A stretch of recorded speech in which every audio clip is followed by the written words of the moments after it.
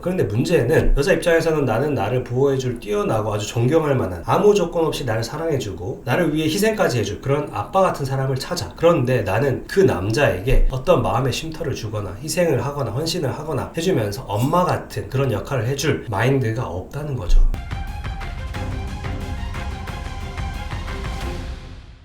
오늘은 목소리 좀 잠겨있는데 감기가 좀 오래가네요. 좀 양해를 해주시기 바랍니다. 유튜브를 보다가 한국 여자들은 왜 하나같이 존경하는 남자를 찾을까? 라는 썸네일이 뜨더라고요. 와, 이건 진짜 또 못 참지 하면서 냉큼 영상을 클릭했습니다. 서로 이상형 물어보고 할 때 정말 많은 여자분들이 자기는 존경할 수 있는 남자가 이상형이다 라는 이야기를 저도 많이 들어봤거든요. 이 말을 듣고 저는 그만큼 인격적으로 좀 성숙하고 배울 점이 있는 남자를 이상형으로 생각하는구나 라고 생각을 하면서 그 말을 한 그 사람이 뭔가 좀 생각이 깊어 보이고 좀 괜찮아 보이기도 했던 게 생각이 나거든요. 나는 잘생긴 남자가 좋아, 또는 몸 좋은 남자가 좋아, 돈 많은 남자가 좋아, 이렇게 말하는 사람들보다는 훨씬 더 뭔가 있어 보이고 품격이 좀 더 있어 보인다랄까? 자, 그런데 그 진짜 의미에 대해서 이 영상에서 여자분이 나와서 팩폭을 날려주더라는 겁니다. 그 내용을 한번 보아하니 이분은 요즘 유명한 연애 프로그램 나는 솔로 이야기부터 썰을 풀어나갑니다. 이 나는 솔로에 나온 여자분들이 이상형을 말할 때 하나같이 보고 배울 수 있는, 존경할 수 있는 분, 이렇게 얘기하는 경우가 많거든요. 자, 그래서 남자들도 이 존경할 수 있는 남자의 의미가 뭐냐라고 하면서 커뮤니티나 이런 데도 많이 질문을 한다는 거죠. 근데 이 존경의 의미가 뭐냐? 이 유튜버가 정의하기로는 존경은 상대의 뛰어난 성취, 덕목, 능력을 높이 평가하고 경외심을 가지는 마음. 이 경외심이 들 정도가 되려면 본인보다 나은 상대, 자기보다 잘난 남자한테서 이 여자들은 존경을 느낀다는 겁니다. 그것도 조금 잘난 게 아니라 뭔가 압도적으로 잘난 게 있는 경우에 존경심을 느낀다는 거죠. 그러면서 이 유튜버가 말하는 뛰어난 성취, 덕목, 능력의 5가지로 정리를 했는데, 첫 번째로는 돈, 두 번째 사회적 지위, 세 번째 외모, 네 번째 지능 혹은 지성, 다섯 번째 인품 혹은 성품, 이렇게 이분이 정리를 했어요. 그러면 이거를 치환을 하면은 나는 존경할 수 있는 남자를 원해 라는 말은 자극적인 말로 들릴 수도 있겠지만 속마음은 나는 돈 많은 사람을 만나고 싶어요, 나는 사회적 지위가 높은 사람을 만나고 싶어요, 나는 외모가 뛰어난 혹은 지성을 갖춘 인품이 좋은 사람을 만나고 싶어요 라고 해석할 수 있다는 거죠.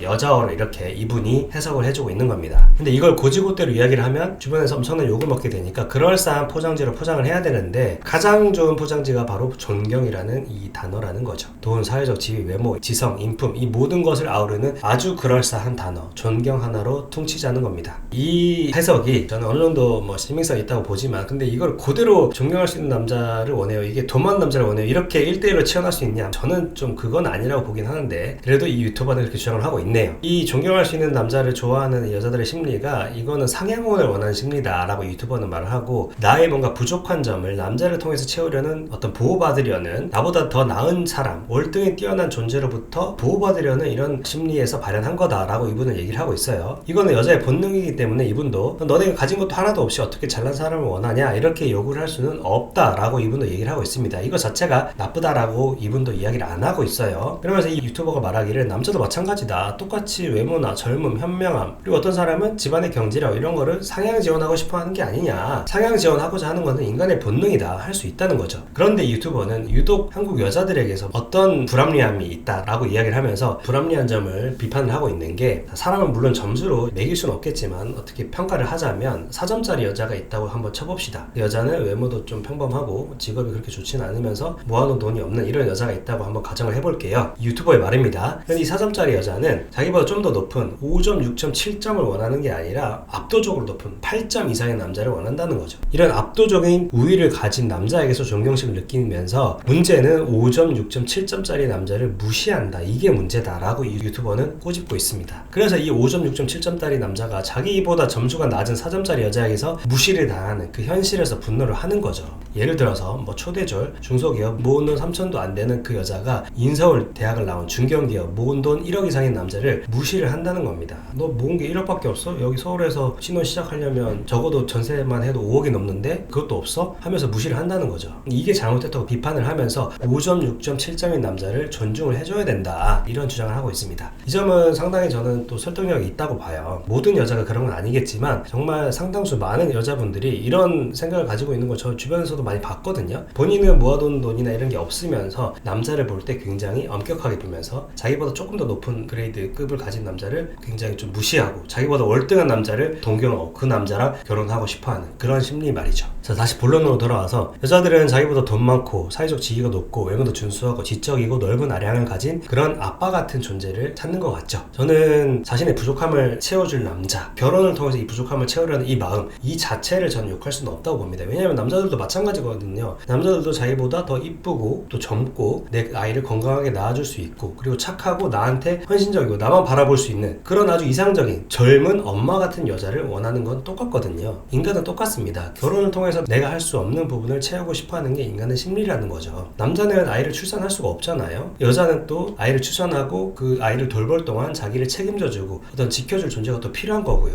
이건 생물학적으로 너무나 당연하다는 겁니다. 이거 자체가 나쁘다는 게 아니에요. 제 의견도. 그런데 문제는 여자 입장에서는 나는 나를 보호해줄 뛰어나고 아주 존경할 만한 아무 조건 없이 나를 사랑해주고 나를 위해 희생까지 해줄 그런 아빠 같은 사람을 찾아. 그런데 나는 그 남자에게 어떤 마음의 쉼터를 주거나 희생을 하거나 헌신을 하거나 해주면서 엄마 같은 그런 역할을 해줄 마인드가 없다는 거죠. 모든 여성분들이 아니라 정말 많은 여성분들께서 이렇다는 겁니다. 모든 인간관계에는 기브 앤 테이크입니다. 주는 게 있어야 받는 게 있는 거예요. 테이크 앤 테이크가 아니라는 거죠. 내가 어떤 우월한 남자의 보살핌, 사랑 이런 거를 받으려면 나도 그에 상응하는 뭔가를 해줘야 된다는 겁니다. 제가 이혼 소송을 많이 하다 보면 깨지는 이유가 일방적으로 어떤 희생을 요구할 경우에요. 무조건 여자들이 잘못해서 이혼한다, 여자들이 이기적이어서 이혼한다 이런 얘기를 하고 싶은 게 아닙니다. 실제 제가 했던 사건 중에는 남자분 중에서도 자기 위주로만 이렇게 생각하는 분들도 계시고 중소기업 다니다가 결혼하다가 2달 만에 회사에서 잘리고 재취업할 생각은 안 하고 돈도 여자한테 벌라 하고 용돈도 달라 그러고 심지어 다른 여자들이랑 모텔 잡아서 술도 마시고 이러면서 일방적으로 여자에게 희생을 강요하는 남자들도 분명히 있습니다. 이러면 결혼이 깨진다는 거예요. 그래서 여자들 같은 경우에 나보다 더 나은 사람을 만나고 싶다면 또는 그런 사람을 만났다면 그만큼 남자 대우도 해주고 잘해주고 하면 되는 겁니다. 그러면 그 사람한테 더 사랑도 받고 존중도 받고 그 가정이 행복할 거라는 거죠.